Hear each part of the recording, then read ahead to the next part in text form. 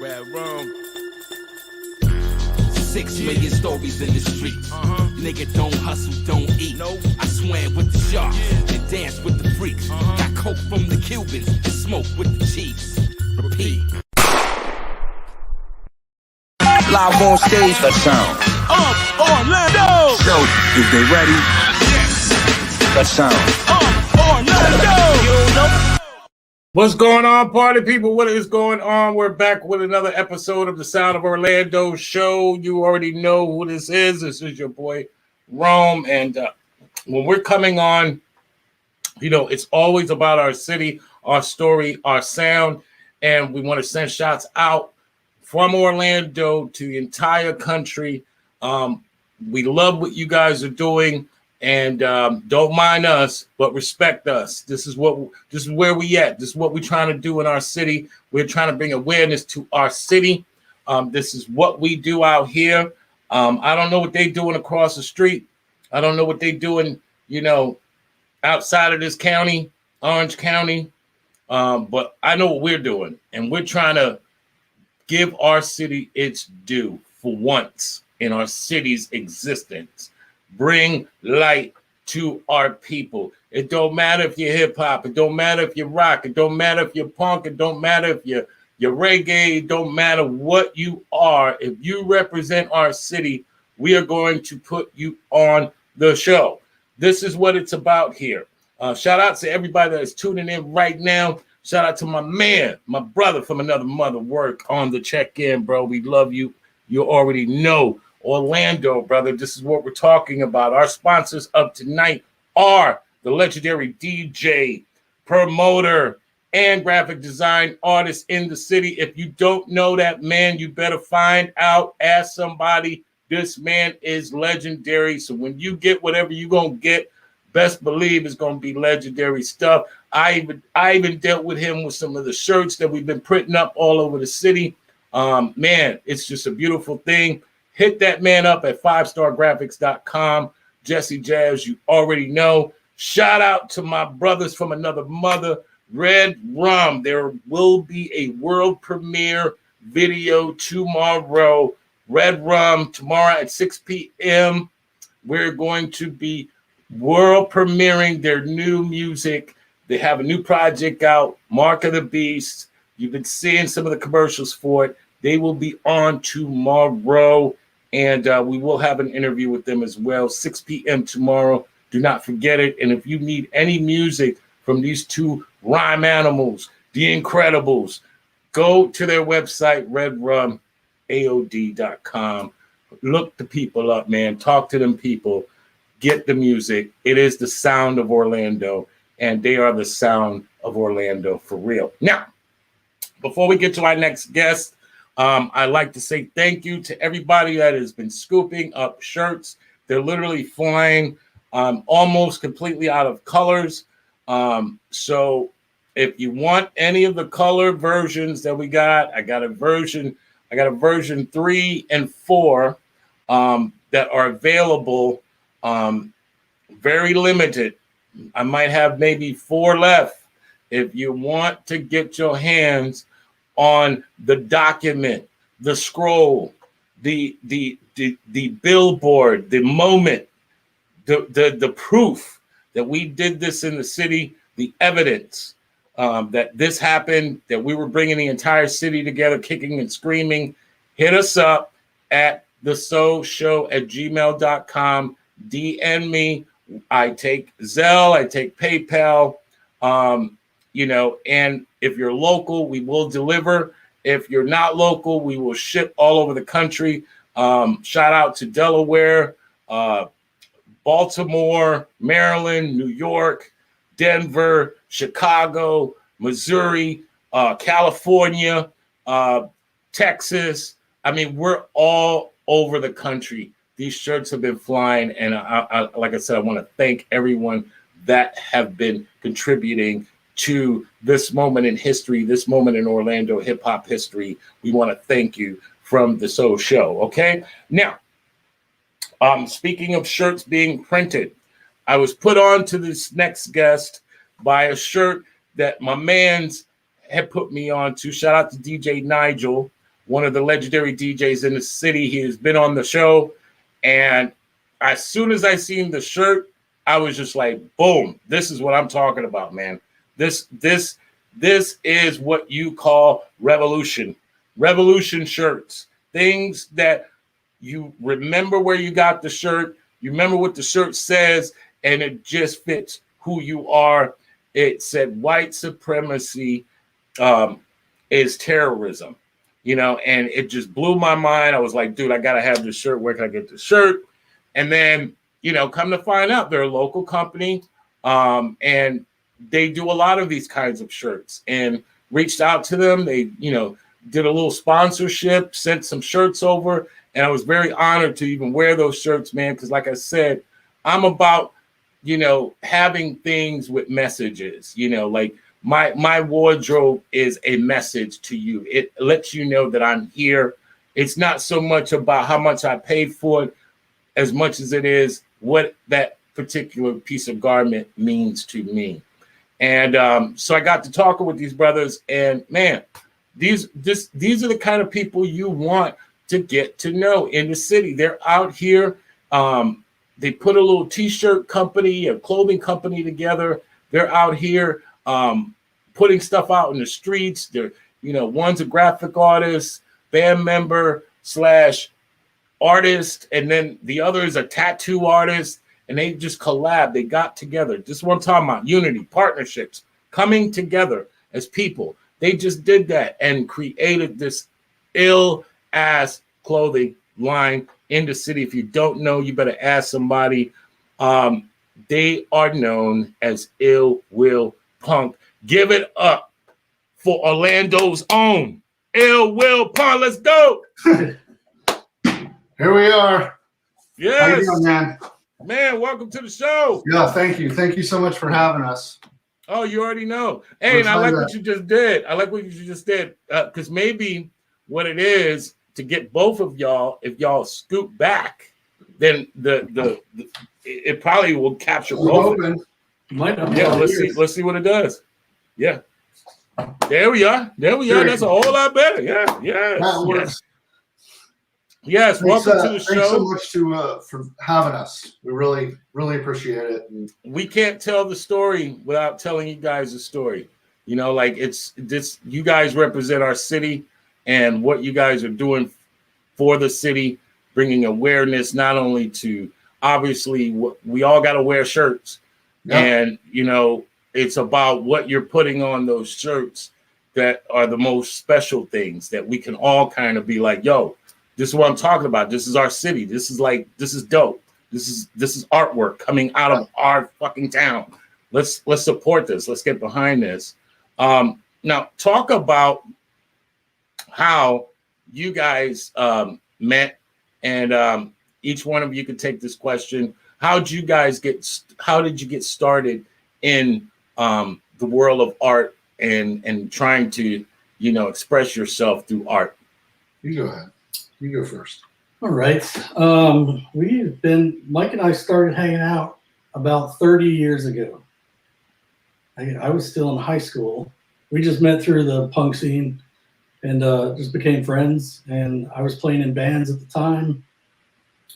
And, he was doing a lot of graphics, and just through us hanging out, we just kind of started working on stuff together, just doing zines and graphics for other local bands and show flyers. We did a lot of that in the 90s. Dope. And, that was kind of where it started. Dope. And a lot of people may not know about our illustrious punk scene in Orlando. Describe what it was for you guys, because I think we all kind of got little stories about what it was to all of us, but just talk about what it was, because a lot of people don't know we had a very eclectic and very culturally diverse punk scene out here for years. Yeah. Especially as I was growing up. Yeah. I started listening to punk when I was about 12 or 13. and I'm 49 now.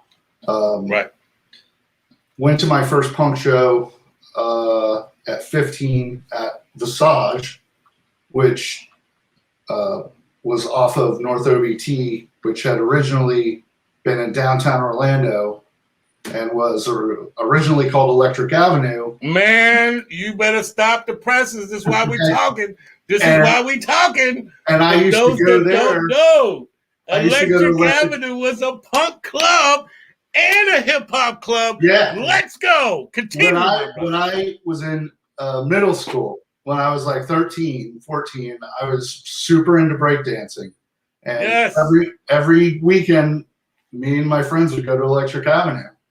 And that was, I guess, probably my real exposure to a sort of a scene, a community outside of school, or, you know, something that was people with a lot of, you know, everybody had a common interest. And especially when I was into breakdancing and stuff, I mean, you had people from all races, all economic groups, just everybody coming together, having a good time, and you know, very inclusive.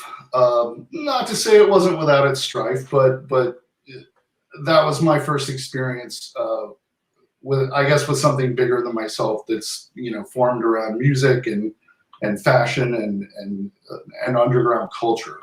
Man, So, and stop right there. Stop right there. Yeah. Because we're talking about Electric Avenue. Yeah. And what that was for Orlando. I'm going to show my age a little bit. You know, before it was Electric Avenue, it used to be called Nichols Alley. Yeah. It was a dope ass cartoon commercial. They used to come on Fox. I mean, it was WOFL 35 back in the days. Yeah. And I would be like, what the hell is that place? It looks so dope, like from the commercial.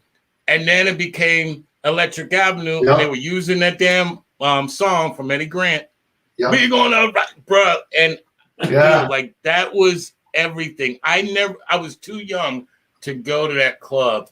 But all of the stories I heard over the years about what Electric Avenue was for the city, it's just amazing. And you're alluding to what hip hop in its beginnings and what punk music was as a collective. Right. Because all of it was about resistance. Yeah, there's a lot of parallels between. Right. It was about fuck all this mainstream fucking you do what they tell you to do shit. It was the first Rage Against the Machine, as far as all of the counterculture and, you know, stemming back to the Bronx and CBGBs and back in the day, shit, all the punk bands were kind of rocking with hip hop groups. Blondie, all the first wave hip hop groups, they dressed like punks. It was like it was like thrift store meets punk. Yeah, that was it. It was, you know, street culture. They're both essentially the same thing. The same thing. And it was based on what you were around. You know, the suburbs may have had skateboards, you know, and the inner city had the radios. So they all were bound to clash together at some point. But continue, my brother. Talk about that EA. Yeah, so that was, you know, that was my first introduction to getting out of the suburbs. Right.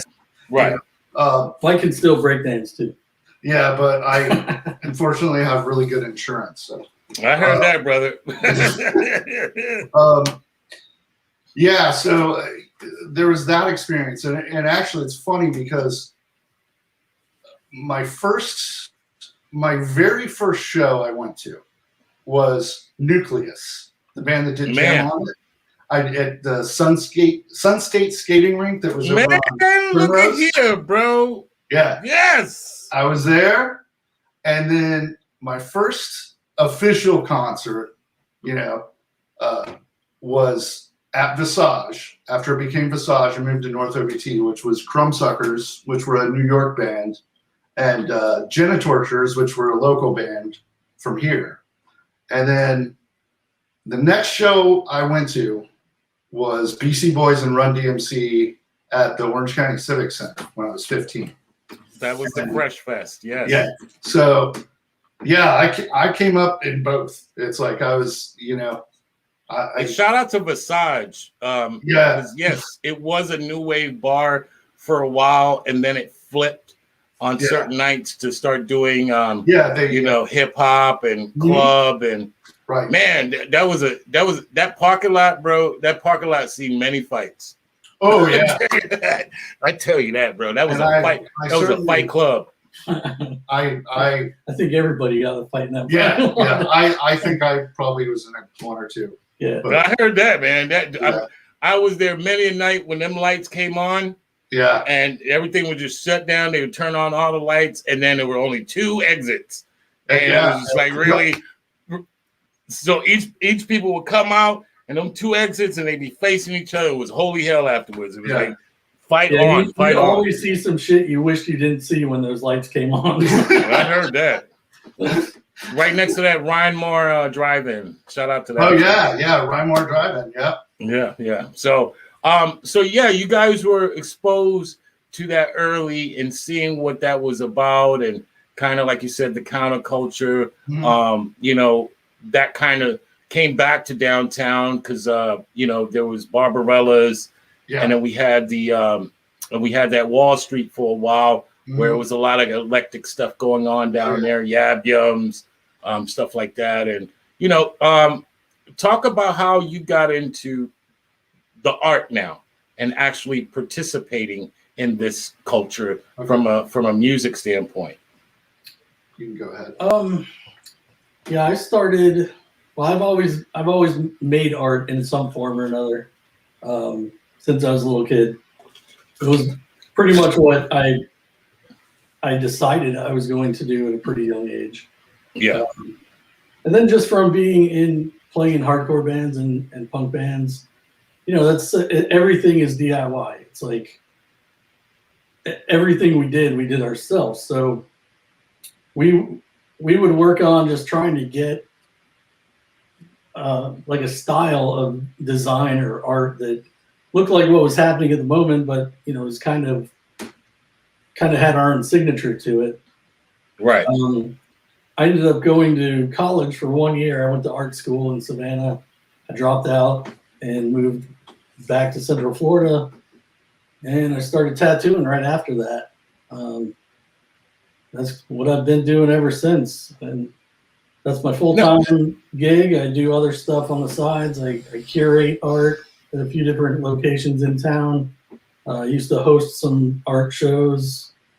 I used to book bands. I used to book at Will's, and I've done a little bit of all of that. But as far as the like tangible art goes, I don't know. It's just I think it's just what I'm supposed to be doing. Man, talk about it, man. A man that knows their gift will live long. Shout out to anybody that's tuning in right now that got tattoos or needs some work done.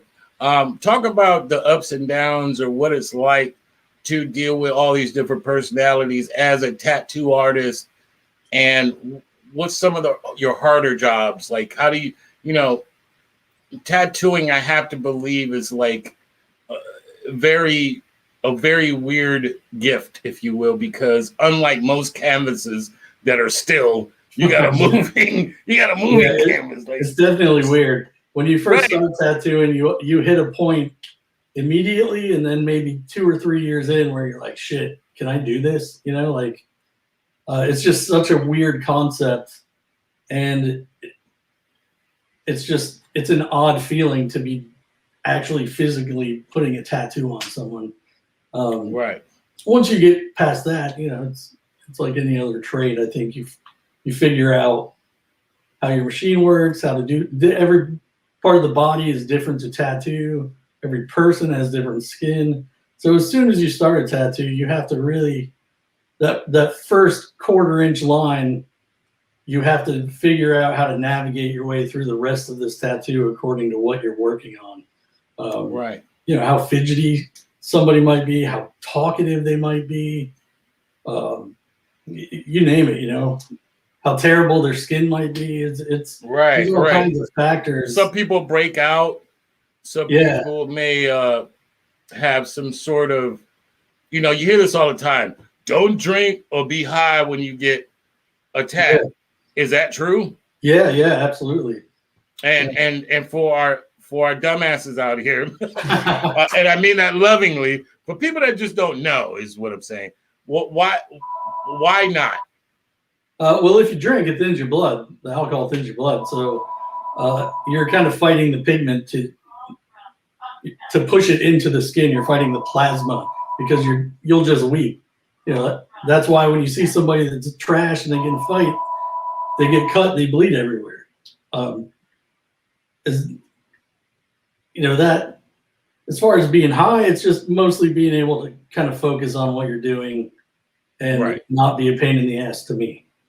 Right. Okay. So the high part is not being an asshole, and then people tend to freak out when they're high. Right. Right. And then uncomfortable real fast. And then the drunk part is don't be an asshole and bleed everywhere. Yeah. So drunk people suck anyhow. Right. I haven't dealt with a drunk person in probably 15 years. Like, wow. Yeah. Okay, so I'm going to ask a series of dumbass questions, and just go ahead and just fire off at will. Okay. What's the hardest tattoo you had to do? Go. Ever? Yeah. Like, what pops out to you? What's the hardest? I used to tattoo a lot of strippers. This just in, folks. Strippers are hard. Yeah. And they have tattoos. Yeah, they have tattoos. They have tattoos in places that I don't want to tattoo. Right. Okay. So you just brought up a great point.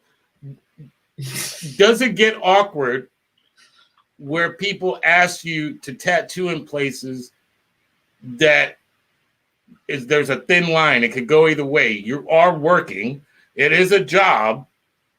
And then, you know, it's kind of like the one job where, you know, even stripping, you can't just fly your hands into somebody, you know. Yeah. So how difficult is it to touch someone in a weird way? And is it a weird line to kind of navigate through? I think it's more difficult for the client than it is for us. Because for us, it's our job. Like, right. I only want to see the naked lady that I want to look at, you know. Everybody that walks in the door, I'm not trying to look at them naked. I'm not trying to get tattoos in weird spots. So typically it's more awkward for the customer than it's for us. But there's just some spots you don't want to tattoo. You just don't want to have your face in certain places for too long. And this is a children's show, so we'll keep all the details and graphic work down to a minimum here, folks. No, but also after dark is when the real. I heard that we about to venture into fucking pay-per-view around this bit. But you know, like you said, okay, so you said those are the hardest kind of. What's the longest tattoo it took for you? Oh, I have tattoos that I've had 50 hours in plus. 50 hours, man. I've done essentially like full suits on people. So not in one sitting, obviously. Right. The longest I'll sit, it would typically be about 6 hours, just because I didn't want to sit any longer than that. And you don't know how well it's going to heal. Like, that's a lot of abrasion in one area to heal it. And you want the pigment to stay in. So there's just certain things you have to do if you're going to do long sessions. But my brother Jesse says, have you ever refused a tattoo because of the design the person wanted? Yes, absolutely. All the time. Explain. Well, there's multiple aspects to this. There's some people that just want really bad designs that there's just no way that you're going to make look good even in your style of tattooing. So sometimes you have to do that. You have to get people to kind of understand not everyone is a designer. Not everyone is good at graphics. And a tattoo, everything has to be in the right spot. So there are just some things, obviously, that are harder to design than others, but most of the time, it's just for like racist tattoos, sketchy shit, just gang Right. tattoos, any of that. Okay, stuff. got you. Yeah, anything like that, I don't want to be affiliated with. So you talk about like jail tattoos and shit. So motherfuckers get them damn, what's that, Indian ink in jail and Yeah. Oh yeah. throw some damn gang signs and all kind of shit on it. Okay, so when you're talking about tattoos, what is the worst or the most painful place or some of the most painful places that someone can get a tattoo? I think that's different for everybody. Everyone has a different pain threshold. There are definitely areas that heal a little bit harder than other areas. Like the back of your knee, for instance, is going to be more painful to heal than the outside of your forearm or something. Right. Yeah, normally I don't know. Upper thighs tend to be kind of gnarly. I don't know. Anywhere that you have really soft kind of baby skin, I guess. Gotcha. They all feel the same to me. I don't know. They all hurt. Right. Now sleeves, like I see you got some sleeves. If you want to show some of that off to the people here, like when you do a sleeve, yeah, and it's kind of like this whole, mix of just different shit. How do you go into a sleeve? Like, what's your mindset approaching a sleeve and saying, okay, I need to do a background, I need to do some outlines, and I need to make all this shit look like it looks. How much room for error do you have with a sleeve versus one tattoo? Yeah, well, that's probably the hardest part of doing like a cohesive full sleeve is the layout of it. You want things to move in a certain way on every body part. You don't want to put something that's just going to be clunky in an area that should flow. So if you're doing like a full sleeve of like 2 or 3 giant images, that is difficult. You have to figure out just layout aspects, sizes. Certain parts of your arm you're never going to see, or certain parts of your leg you're never going to see. So you don't want to put the important shit in that spot. Right. But then there are people that also just come in and just, they want stacked up smaller tattoos, like old school style, and that's cool too. What are the more expensive versions of tattooing? There was a running joke. Like, I lived in Missouri for a while, Kansas City, Missouri, and it's that tattooing is like really big up there. Yeah. And it's almost kind of like it almost looks like a credit card. But the running joke was, because they're really expensive up there. Like, damn, motherfucker, you got a lot of money to put all of that shit on you, because a fucking little dot sometimes can run you $100. Yeah. And then they were getting like stuff like full blown pictures and shit like that. But what do you base rates on? How do you approach? Is it your shop? It's kind of like a barber shop where there's certain rates for certain things across the board, or everybody essentially charges close to the same within $20 to $40. We charge hourly. Everybody that works at our shop is a custom tattooer, so they each work in a specific style of tattooing. So they have an individual clientele that's interested in that style of tattooing. Right. Everybody basically charges around the same. Some stuff obviously is going to take a little longer than other things. Right. But yeah, it just really depends on, what you want to put into the tattoo. And where's your shop? Okay, go ahead. Go ahead. No, go ahead. We've all seen those like things on Instagram that are like, $1,000 tattoo, $100 tattoo, some wonky ass tiger head. Right. That's real. Basically, that's how it works. Got you. Where's your shop located? How can people go, consult with you, maybe get some of your artwork? where can they find you at as far as your shop is concerned? Our studio is called Rise Above Tattoo. It's in Mills 50. It's directly next to Wally's, kind of diagonal from Will's Pub. We've been there 10 years this year. Dope. Most of us work by appointment only. So some of the artists are booked out 2 months, some are booked out 6-7 months. It's different for everybody we have. Right. Typically, we try to do walk-in tattoos for smaller things like palm-sized tattoos on the weekends, just when we can get them in. Right. Because I don't think people should have to wait 6 months to get, a cursed name and a butterfly. Right. But some of us are that busy to where there just isn't time to put that in between the appointments that they've already got booked out until the end of the year or whatever. Right. Are tramp stamps still the thing to do? No, I wish they were. That was easy. That was easy money. Tramp stamps, I think they're called ass antlers now. I don't think they're called. Oh shit! Well, here we go, man. See, this is how old I am. I'll take some little tribal tattoos. I'll do them. Okay.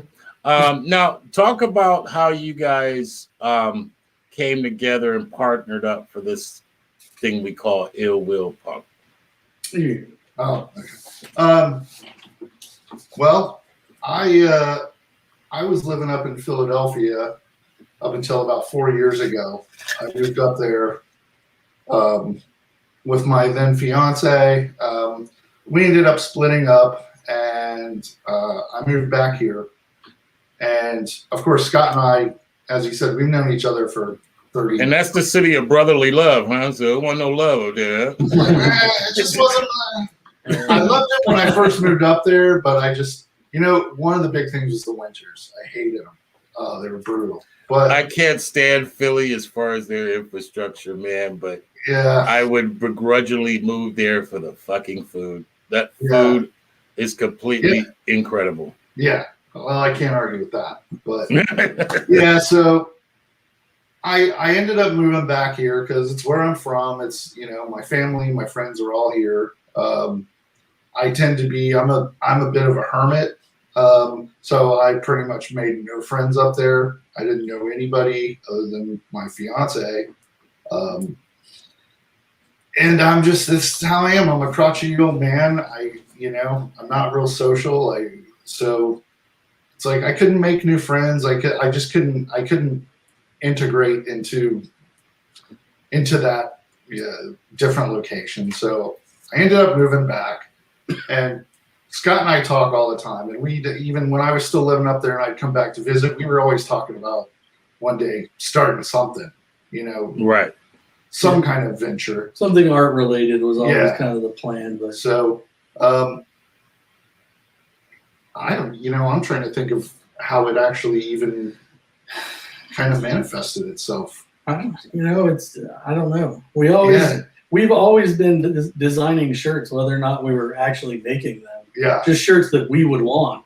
Mm-hmm. Right. For bands that broke up in 1985 that you can't buy merchandise for, we were like, man, I wish this band would make stuff, and we would design something, and then we would never actually make the shirt. Yeah. And then it just got to the point where we were like, man, let's just start making these into shirts. Dope. Yeah, and that's funny how businesses start up. I mean, business is in the business of solving problems, but or creating them. Or creating them, right? That's a whole other issue. but like you just described, necessity is the mother of invention. Wanting something to be there allows people to feel like, okay, man, let's make it happen. I mean, so I traded a scroll saw to a friend of mine for some screen printing equipment, and I think that's actually when we were like, let's actually do this. I think that was the kind of the light because bulb. we ended up with this equipment that we've actually never used now, but that was it. It was like, oh, we have this, so we might as well do something with it. Yeah, we've been doing. My sister. Your sister. What's up, sis? We've been we've been doing design stuff for years, so this kind of just seemed like the logical. Well, let's put our stuff on shirts, and maybe people will want it. Yeah. Go. Yeah. So yeah, I think that's what kind of that was the catalyst, and we ended up a good friend of mine, her husband, he does some screen printing on the side. He had a friend of his who used to have his own shop, and I guess was just tired of it, wanted to get rid of all of his equipment. So she, her husband, Bill, put us in touch with this guy, and we bought an entire screen printing shop for Dope. yeah, for a really, really good price. I won't get into this. So let me interrupt real quick. Yes. Yeah. So Bill, this is a weird full circle thing for me. When I was a kid, Bill was a professional skateboarder in the 80s, Yeah. 90s. And he was like one of the punkest people on the planet. And he was actually one of the reasons why I got interested in tattoos. He's probably the reason I shaved my head for the first time. Just wanted to look like that. Yeah. Right. So, now 30 some odd years later, he's in our lives Yeah. through someone else, and now he's got us into this whole other thing. Yeah. Which is kind Yeah. of It's a really surreal thing, because I had when I was in junior high, I had one of his shirts, and it's like, now I know the guy. He's in my cell phone. We hang out. We talk. I mean, he's married to one of my oldest, dearest friends. Life is just weird. And Wow. so this all just kind of coalesced, and yeah. That sounds like music, brother. That's how Yeah. music flows, man. I mean, Yeah. you start It's like it was meant freestyling, to next be. thing you got a song. Yeah. Yeah. And so that was it. We got the screen printing equipment, and I started just because we can go into that, but I was really burnt out on design because I worked professionally in design in the corporate world, and I got burned out real fast. Right. And I stopped doing design for years because it was almost like PTSD. It was just, I didn't get any joy out of it. It was just nothing but stress and bad memories. And, I would occasionally just do my own little thing. And, but once I moved back here and Scott and I started talking, and this thing, came together, I completely rediscovered my love for design and Isn't that crazy how that works? Yeah. Because for a lot of people, it's just kind of like, we'll put it to music. Doing things, if you're a music guy and you're a creator, it's just kind of like, if you've been relegated to doing covers for money, it will burn you out because it's not your fucking music. And, you don't have any love for it no more. It's just like, it's just for money.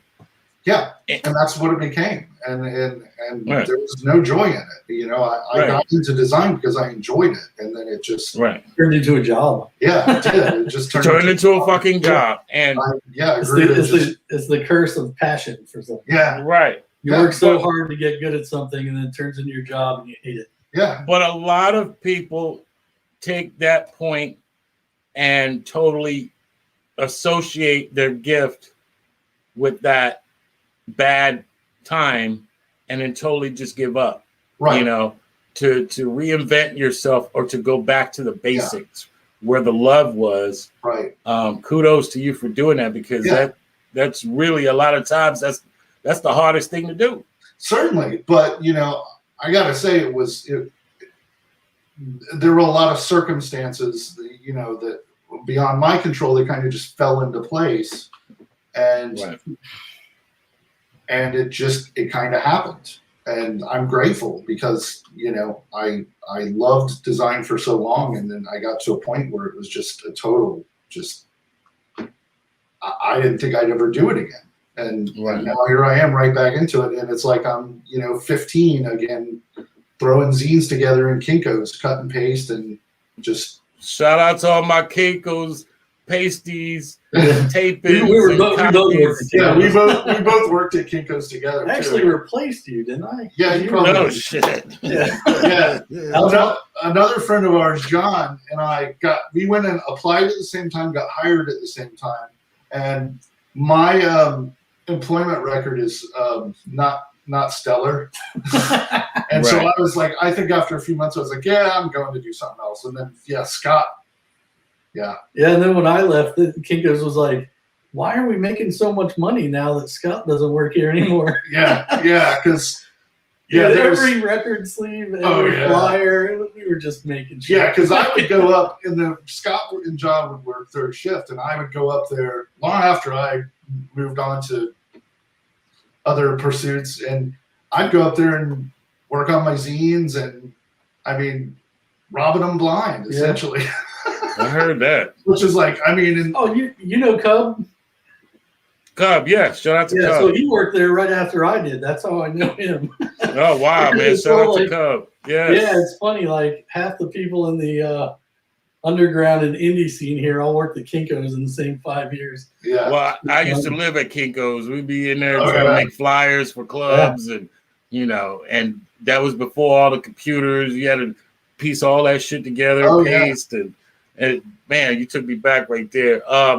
Now, for the layman people out here, like you said, when you got the silk screening equipment, Mhm. give people an idea of how difficult silk screening can be, and what are all the steps that need to happen to make a fucking shirt, and if you skip steps, what happens behind that?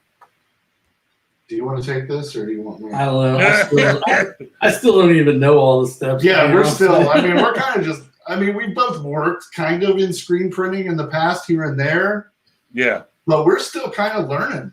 I mean, we're this is something we're like, let's do it, and then okay, we don't know what we're doing. I guess we'll just figure this out as we go. So we still are, but I hadn't printed a shirt in probably 23 or 24 years. Right. Like I used to print out of my house back in the mid 90s. And I always had like a little mobile single color, like a kit. But back then I used to hand cut all the screens and all that stuff. Oh wow. Yeah, I didn't do any like photo emulsion or anything. I really enjoyed hand cutting stencils back then. Right. And then I just never, we had friends that actually opened up companies that are still around that we would just use, because they were like doing it as business, so we wanted to support them. I hadn't printed a shirt. Yeah, it was probably 96 or 97, somewhere there. yeah, but it's to specifically talk about the process. It's you have to. God, how can I be brief? It starts with a design. You have to have something that's going to work on a shirt. So, I mean, and screen printing's come a long way. I mean, there's different ways of doing it now, but we do it like the old way, which is we have a transparency or transparencies of the design. You have a screen. Screens have different counts, mesh counts for higher resolution stuff. You have to make sure the screens are clean. You put emulsion on them. You burn them, which is you expose them to a light source that will essentially burn the image into the emulsion, which is then washed away. So then you got it on the press. You have to line everything up, especially if you're doing multicolor stuff. It's been I would say, an enlightening and an incredibly frustrating experience. Yeah, people keep As we asking go. me why we don't just buy a DTG printer, Right. which is a fair question, but I think both of us, for me, I really enjoy just making stuff. Yeah. Just handmade things. I like things that look handmade. Yeah. Well, and you just described why that is dope. and why that is more costly, because of the man hours. Direct to garment. I started doing shirts here recently, and I literally got the crash course on what looks and is better, what feels better. Direct to garment, I mean, for all intents and purposes, is great for white t-shirts. Sure. But I didn't know how hard it was for blacks and other colors of shirts. Yeah, DTG looks awesome as DTG. Like, right. There's can't say anything bad about it. It's what it is. I just enjoy making things. I like building things and drawing and doing stuff with my hands. So being out in the garage just printing shirts is just satisfying. Yeah. Right. And and I'm the same way. I'm very tactile. I like to, I mean, I don't even like to use a nail gun. I like to use a hammer and nail. That's just how I am. I'm just very hands-on. I like to be as involved in the process as I can, that it's as sort of rudimentary and hands-on as it can be, because I just feel more connected with the end result. Right. And the end result therefore becomes more valuable. Exactly. You get what you pay for. Right. Like if it is more valuable to me. Yeah. Right. Yeah. I can look at something and be like, man, I made this from start to finish. Yeah. Right. Like, this whole process was us. Yeah. And it's just fun. It's cool. It's fun. Yeah. It's frustrating at times, especially, when it's something you're not super familiar with and you're learning. I mean, the graphics aspect both of us have down, but in terms of, how to work with some of the chemicals and everything else, and what works in this situation, what doesn't in this. So we're still learning, but we've come a long way in less than a year. I mean, dope. But and it, like I said, there's a buzz of it going on around the city. I'm starting to see different people getting involved. Shout out to DJ Nigel, who got some stuff done with you guys, and that shit looked amazing. It looked like an old rock record. Thank you. Talk about what it's like to have work commissioned with people like Nigel and other people. Nigel. Well, Nigel was great to work with. I mean, when I was in the graphic design field, one of hands down the worst parts of it is dealing with clients, right? Especially in some of the fields I worked in, but Nigel's great. I mean, Nigel contacted us, and he had seen another one of our designs, and he's like, I want something that, I like what you did with this. I want something, not the exact same thing, but something in this style. And, Nigel and I talked, and when I'm working on a design, I like to know everything I can about what this is going to represent. For one, because I want everything in the design to mean something. There is a symbolic value in everything that goes into it, and it also makes it easier to the more you know about something, the easier it is to pluck ideas out, right, to represent that. So, right. I mean, with Nigel, it was really, considering the complexity of the design, it was super quick and easy. I mean, we were, right on the same page with everything. He talked about, his record is, hey, Nigel, the name of his record, which was Hayek von Pinochet and The Misadventures of Hayek von Pinochet and His Men of Action. And right.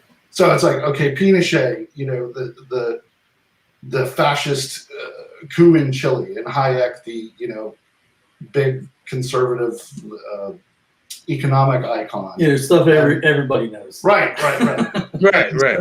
We all know that guy. He lives right down the street. Yeah.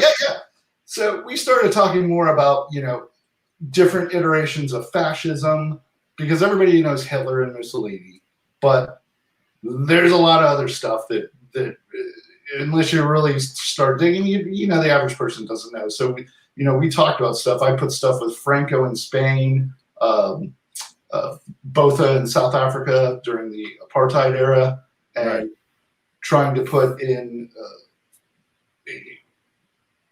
people who were affected by them and trying to bring it all together. And in the background, I have Auschwitz, and then I have some of the Jewish victims of the concentration camps as ghosts, essentially, looking over all of the more modern. I mean, Franco was still, they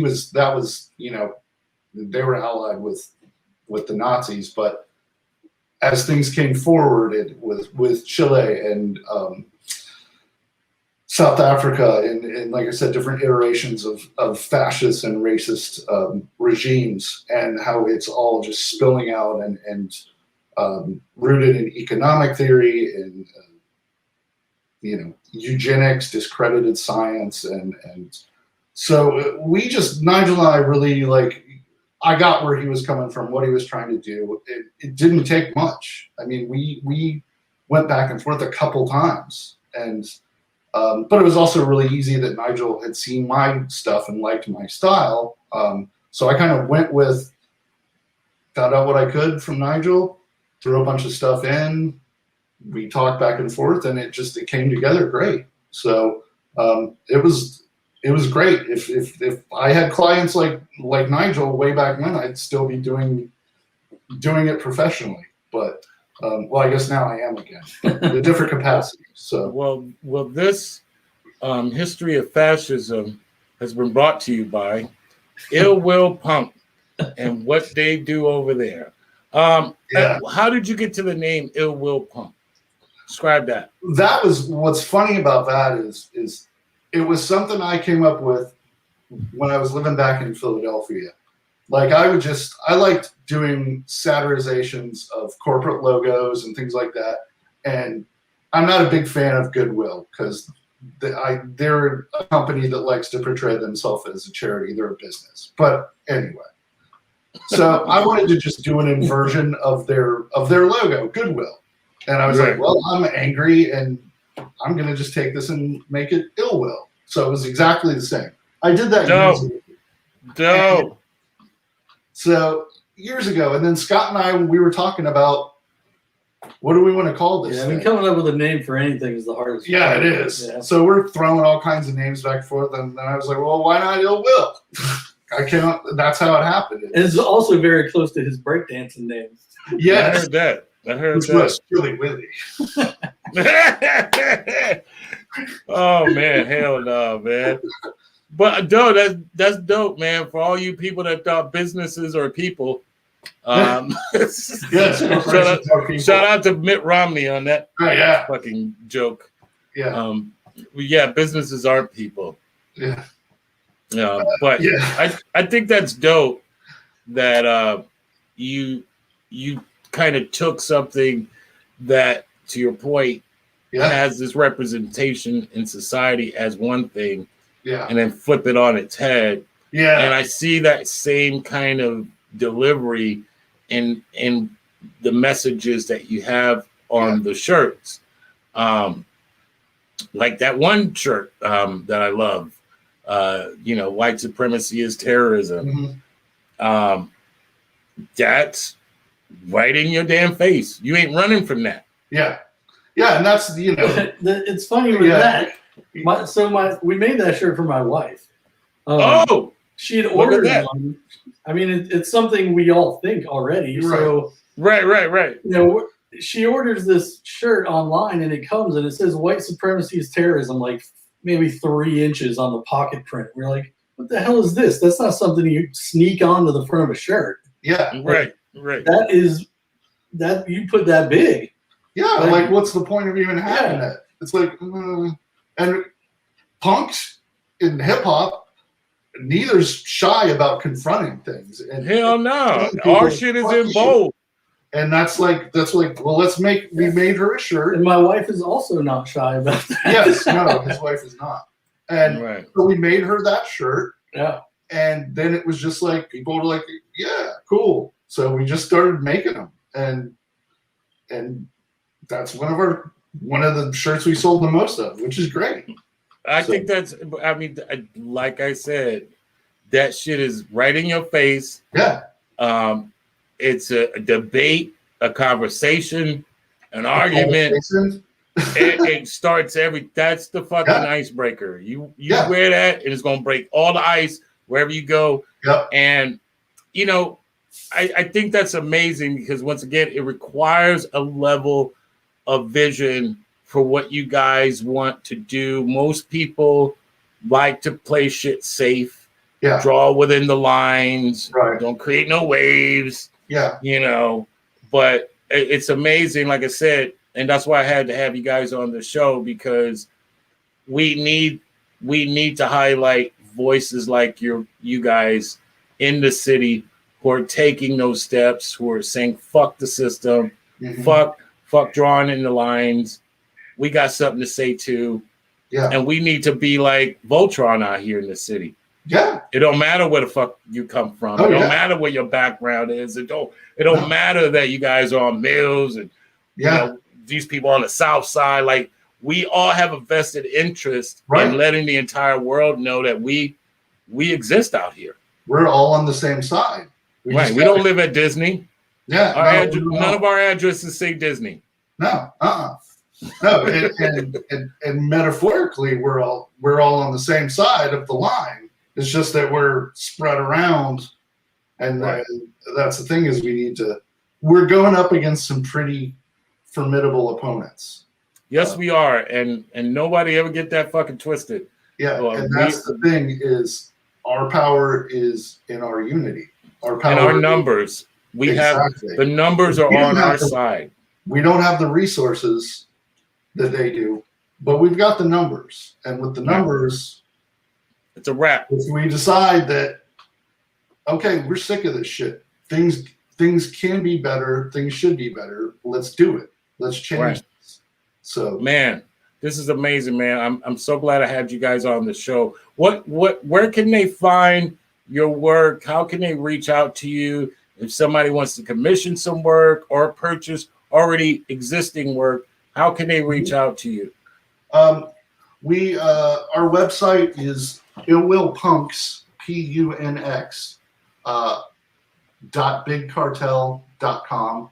That's our web store. We're also on Facebook at Will Punx. We have Instagram. Yeah. Scott runs Instagram. Will Punx as well, with an X. And that's, considering who we are, that's pretty amazing that we have that much of a technological presence. But or when the world opens back up fully again, you can come by Rise Above Tattoo. Yeah. And talk to me about these things. Yeah. And actually, I think is worth talking about is Scott does the punk rock flea market. Dope. And that's at Will's every year. And once things kind of, the idiots all die off who think that we're getting tracked by Bill Gates. I heard that. And we start coming back out from our little caves. We want to start getting out and selling our stuff in person, like at the punk rock flea market and other events, and just getting out more and more. But right now we're pretty much just an online presence. So, but as time goes on. Yeah, you can get some of our stuff, our actual Orlando city related stuff is exclusively at Echo Base Collectibles right now. South Orange, it's a toy store. It's a print shop and a toy store. It specializes in like 1980s toys. But he's got a bunch of our shirts in there. Dope. Yeah. Hopefully we can actually start hitting the pavement and doing some stuff, putting some events together. I enjoy doing that stuff. So I'd like to do anything the Sound of Orlando show can support you guys on. You just let us know, man. We love what you're doing out here, man. You're always welcome on the show. Awesome. And like I said, we're not the answer. We're part of it. And so anytime we can join forces and let the city know what the hell we're all doing, I think we'll be better for it, man. Absolutely. And like I said, offer still stands. Want to send some shirts my way? I'm the billboard out here. Just go ahead and I'll advertise your shit nonstop, man, because we got a ton of design. We do a lot of old bands, but we got a lot of other like statement stuff that we're working on. And I mean, I could come back on here for another hour, just talk about our experiences in the punk scene growing up and about hip hop. But I mean, thanks for having us. Yeah, dude, you guys are always welcome on the to show. come back anytime you're. Yes, absolutely. And then once, like you said, once things start to open up a little more, and you guys can start, putting some more stuff out there, because I know how it is. Sometimes right now is the kind of time where you can be a little more creative than normal. Yeah. And then you're about to do the grand opening, if you will. You're welcome on the show to bring that out, man. We appreciate we could do to help you guys. And I will behind you. Have some more shirts your way soon. Yeah, we're behind you out here, man. This is like you said, our opponent is formidable, and it's going to take all of us. Yep. So, absolutely. Thank you guys for being on the show tonight. Give it up for the talented, the dope shit, the fresh shit, representing our city. I was at Run DMC Boys. Yes. You already know, man. Thank you guys. Yeah, thank you, man, so much. Oh, and that Red Rum stuff, I'm digging that, man. Bro, that's the sound I out here. Check that out. I like what I hear so far, man. World premiere videos coming out tomorrow. We're world premiering the video here on the show, and these guys are completely insane. They represent the sound of Orlando, and check these guys out, man. They're really dope. I like what I've heard so far, so I'm And if they want a shirt done, hey. Yes. Like I said, say your website one more time so people can reach out to you one more time. Will Punx, PUNX .bigcartel.com. Dope. Yeah, everything you can get everything through the Instagram as well. Yeah, it's all linked together. So. Okay, cool. Right. So give it up one time for Orlando's own, representing the ORL, the one and only Will Punx. Let's go. Thank you guys, man. Thank you. Thanks a lot, man. Have a good one. I'll talk to you soon. Yes, sir. Man, this is what we're doing, man. We're talking to our city. It don't matter where you come from, what you're doing. This represents our entire city. You need tattoos? Yo, go hit them men's up right now. You need shirts done. You need shirts that tell a message and give a voice to our city. Hit those people up, man. Gucci and them, they gonna get their money. All these companies out here that don't represent our city, they ain't got shit to do with us. They gonna get their money. People gonna buy their stuff. Support local businesses. Go out there and give those guys some business.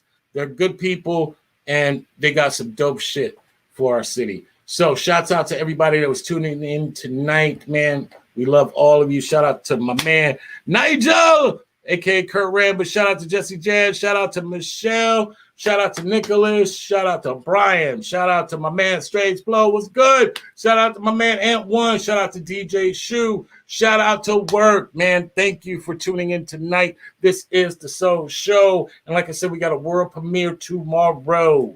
Okay? World premiere. REDRUM'S new video. Go check them out. Go to their website. Look them up. These people are the truth, and they represent the sound of Orlando. Let's go. Red Rum. 6 million stories in the street. Nigga don't hustle, don't eat. I swam with the sharks and danced with the freaks. Got coke from the Cubans and smoke with the chiefs. Repeat. Live on stage, the sound. Orlando. So, is they ready?